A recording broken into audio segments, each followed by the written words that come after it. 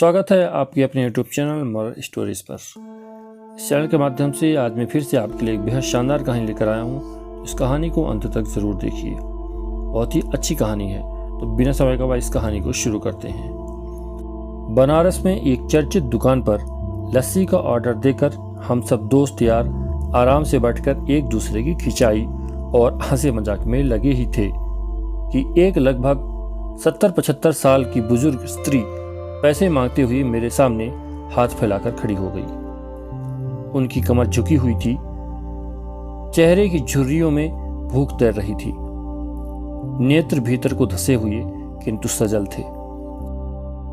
उनको देखकर मन में न जाने क्या आया कि मैंने जेब में सिक्के निकालने के लिए डाला हुआ हाथ वापस खींचते हुए उनसे पूछ लिया, दादी लस्सी पियोगी?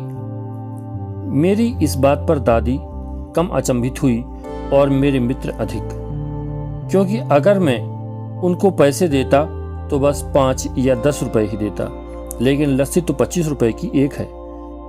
इसलिए लस्सी पिलाने से मेरे गरीब हो जाने की और उस बूढ़ी दादी के द्वारा मुझे ठग कर अमीर हो जाने की संभावना बहुत अधिक बढ़ गई थी। दादी ने सकुचाते हुए हामी भरी और अपने पास जो मांगकर जमा किए हुए 6-7 रुपए थे वो अपने कांपते हाथों से मेरी ओर बढ़ाया। मुझे कुछ समझ नहीं आया और मैंने उनसे पूछा, ये किस लिए? इनको मिलाकर मेरी लस्सी के पैसे चुका देना बाबूजी। भावुक तो मैं उनको देखकर ही हो गया था। रही बची कसर उनकी इस बात ने पूरी कर दी। एकाएक मेरी आंखें छलछला आई और भरभराए हुए गले से मैंने दुकान वाले से एक लस्सी बढ़ाने को कहा। उन्होंने अपने पैसे वापस मुट्ठी में बंद कर लिए और पास ही जमीन पर बैठ गई। अब मुझे अपनी लाचारी का अनुभव हुआ, क्योंकि मैं वहां पर मौजूद दुकानदार, अपने दोस्तों और कई अन्य ग्राहकों की वजह से उनको कुर्सी पर बैठाने के लिए नहीं कह सका। डर था कि कहीं कोई टोक न दे, कहीं किसी को एक भीख मांगने वाली बूढ़ी महिला के उनके बराबर में बिठाए जाने पर आपत्ति न हो जाए। लेकिन वो कुर्सी जिस पर मैं बैठा था मुझे काट रही थी।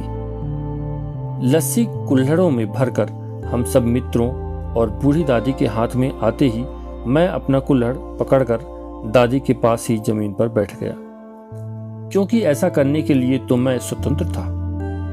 इससे किसी को आपत्ति नहीं हो सकती थी।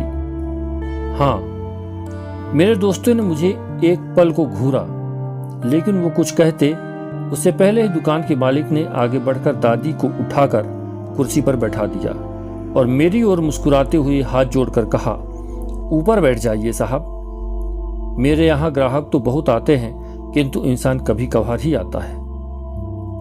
अब सबके हाथों में लस्सी की कुल्हड़ और होठों पर सहज सी मुस्कुराहट थी।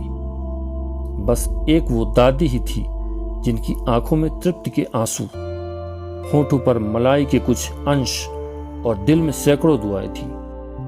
न जाने क्यों जब कभी हमें 10-20 रुपए किसी भूखे गरीब को देने या उस पर खर्च करने होते हैं तो वो हमें बहुत ज्यादा लगने लगते हैं। लेकिन सोचिए कि क्या वो चंद रुपए किसी के मन को तृप्त करने से अधिक कीमती है?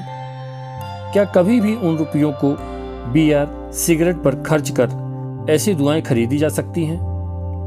जब कभी अवसर मिले ऐसे दयापूर्ण और करुणा में काम करते रहें। भले ही कोई कभी आपका साथ दे न दे, समर्थन करे ना करे, सच मानिए इससे आपको जो आत्मिक सुख मिलेगा वह अमूल्य है। दोस्तों, एक बार ऐसा करके जरूर देखिए, आपको सच में बहुत अच्छा लगेगा। और यह कहानी कैसी लगी, इस कहानी को भी कमेंट के माध्यम से बताइए। अच्छी लगी हो तो एक लाइक कीजिए, दोस्तों के साथ इस कहानी को शेयर कीजिए, उन्हें ऐसी ही सहायता करने के लिए कहिए।